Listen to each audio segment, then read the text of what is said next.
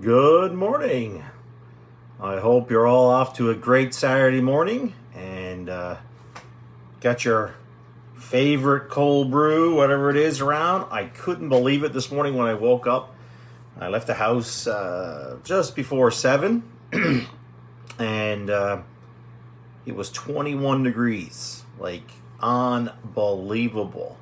I think with the humidity it was like 23 or something like that. So a super nice morning, that's for sure. So thankful for that, and I certainly hope you're off to a good start. I mean, what an incredible week of weather! I mean, it has been incredible.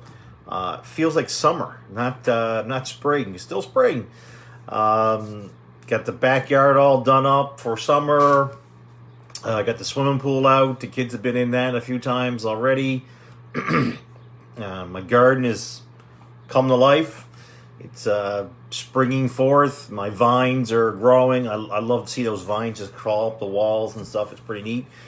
So just seeing God's creation in the realm of gardening and things. It's pretty awesome. And the weather this week has really, really helped with that. So I hope you've had a good one too. We're going to look at. We're continuing our series on looking at kings in the Old Testament right now. And we're going to look at a king this morning who didn't do right. There's a number of those. I have been looking at those who have done right. So we're going to go back and start looking at some who didn't live the way they should, but there's still lessons to be learned from those lives as well. So this morning we're going to look at a king who didn't follow the Lord as he should, and that was Rehoboam. Okay, so just a little bit of background information on Rehoboam. He was the son of Solomon, so when his father died, he became king. That's found in 1 Kings 11:43. And Solomon slept with his fathers and was buried in the city of David, and Rehoboam, his son, reigned in his stead. So, man, that's just the way it went. That's the way it works. The father dies, then the king. The first son is next in line. But a little bit of a twist here with Rehoboam was that he traveled to Shechem. So Shechem was like the center for Israeli, the Jewish tradition for a time of consultation things. We see that in Judges. We see it in Joshua. So rather than immediately accepting Rehoboam as a king for the entire nation, the northern tribes in particular were really not happy with how things had transpired with Solomon. And they're coming to say, hey, we want to negotiate a little bit here. We want to, high taxes and lots of labor. We don't, in our country today, we don't deal so much with the labor part, but we definitely have lots of taxes. So we can definitely, understand their grievance, shall we say. And this has been going on for some time. 1 Kings chapter 12, verse 4 says, thy father made our yoke grievous. Now, therefore, make thou the grievous service of thy father, and his heavy yoke which is upon us lighter, and we will serve thee. So they're coming. I mean, they want to talk. They want to get these things squared away. And I think we see the degree of heaviness this was upon the population. It wasn't just like a flighting thing. This was ongoing, and it was hard, and we need to talk. So now we're going to see some things that Rehoboam does that really horribly affect him. So first of all is his pride. In response to their request, Rehoboam sought advice. Now that's not a bad thing, to seek advice. That's a good thing. But he seeks advice between two groups.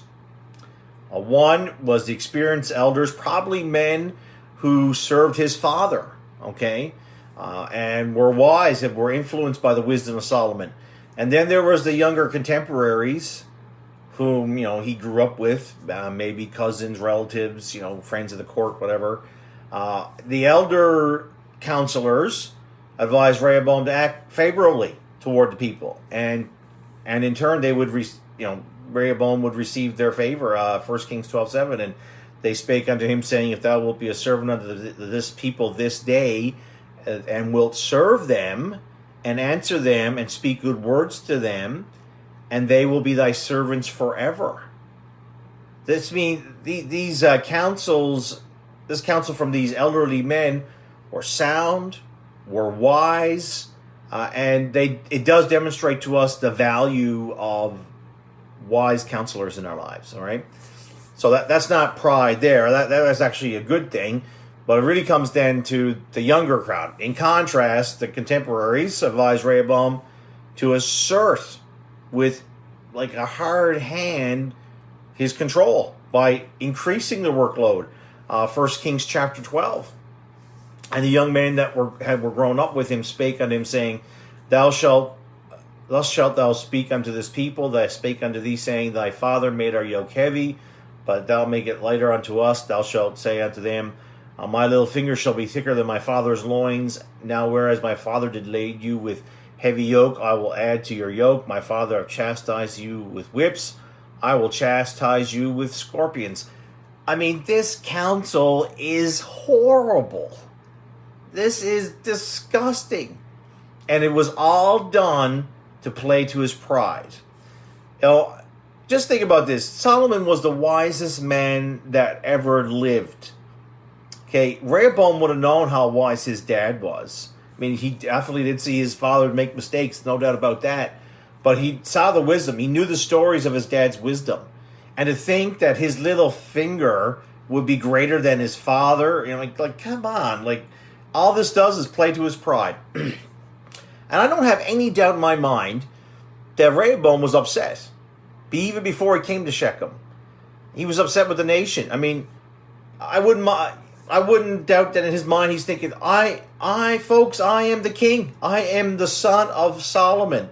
I am the son of the greatest king you ever had.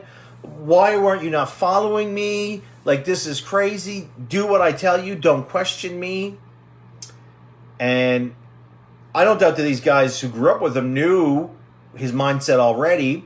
I am making some assumptions here, but the assumptions are based on human nature and the nature of pride. All right? Then these guys slip him this advice, and he takes it. A prideful heart along with foolish counsel.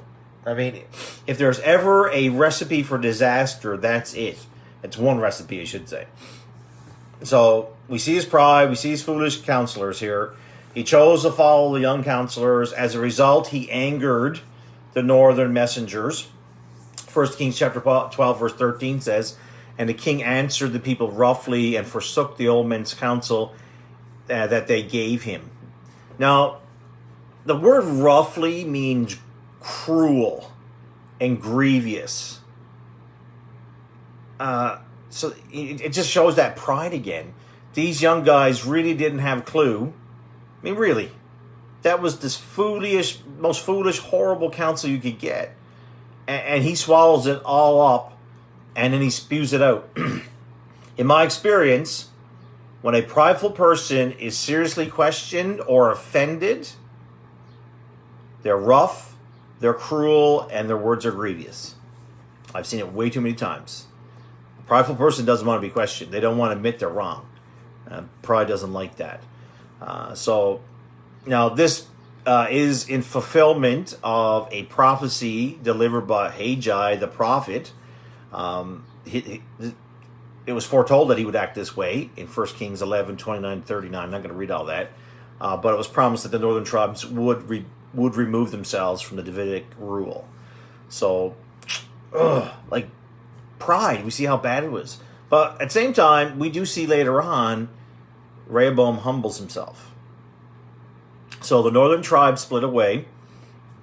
They go to north. So Israel, that's what it's called, the north. And then Judah to the south. So Rehoboam's left with the southern kingdom, which is made of really two tribes, full tribes. And then there's large portions of other tribes that associate with Judah as well. No doubt that this was a massive hit to him. I mean, his pride would have been singed with this. But he gets on with ruling the nation. But sadly, he did not follow the Lord. He wasn't following the Lord's counsel. 2 Chronicles chapter 12, verse 1 says, he forsook the law of the Lord and all of Israel with him. So he turned away. He wasn't having anything to do with God, and that's sad. And so the Lord then energizes the Egyptians to come from the south against Judah and the city of Jerusalem. The king and his princes are told that what's going to happen, that they're coming, and they responded well. They responded really well. 2 Chronicles chapter 12, verse 6, the princes of Israel and king humbled himself and said, the Lord is righteous. That is a fantastic stance. The word humble means to bend the knee here. The Lord noticed their response. They were, it wasn't on airs. It wasn't anything of that nature. There's nothing to indicate that this was a fake humbling or anything like that. They were sincere in it. And the Lord saw it. He responded with grace and granted some deliverance. He didn't stop the Egyptians. The Egyptians did still come, and they took some really valuable things from Jerusalem. But, God granted a reprieve as such. Sadly, Rehoboam did not go all the way, though. He didn't repent or humble himself from what he did previous in forsaking the Lord and things. And he never served the Lord like his grandfather David did. So he's known as a bad king of Judah. But there's some really good applications for us. Good lessons for us. Watch out for pride. Okay? Where you're from, what you might know doesn't make you any better than anybody else. Okay? We're sinners saved by grace. That's it. And we need to watch out for pride. And we need to remember that pride needs to be constantly fed. If it's not fed, and if it's questioned, people will be nasty. If you have a pride issue, and you're questioned, and your pride's not being fed, you will be nasty and cruel to others. That is just the MO of a prideful person. So watch out for pride. Every one of us matter, from the youngest to the oldest. We need to watch out for pride. All right, it's a cruel thing. And make sure we have good counselors in our lives. Rehoboam had some really good ones, but he forsook it. They gave him great advice. Pride got in the way, and he listened to the foolish young men. And let's make sure that we choose wise counselors and that we listen to them.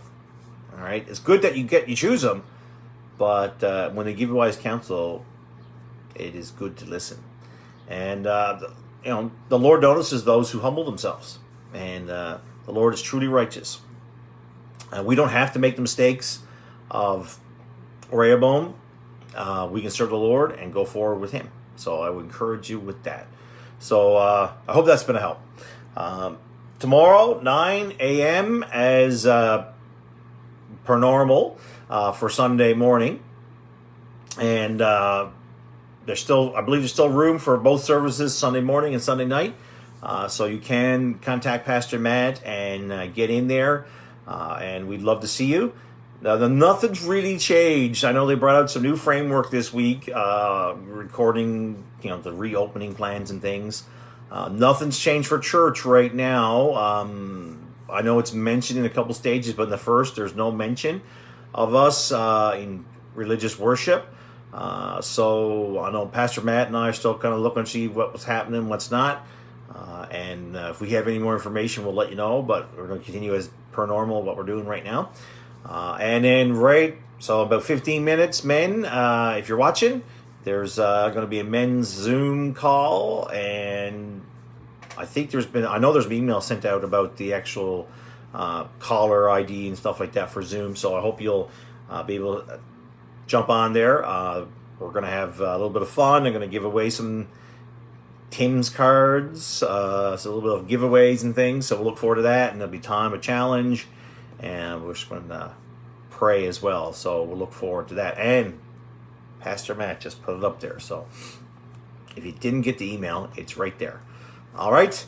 Have a great Saturday. Enjoy the weather here in Southern Ontario and wherever you might be. I hope it's nice this May long weekend.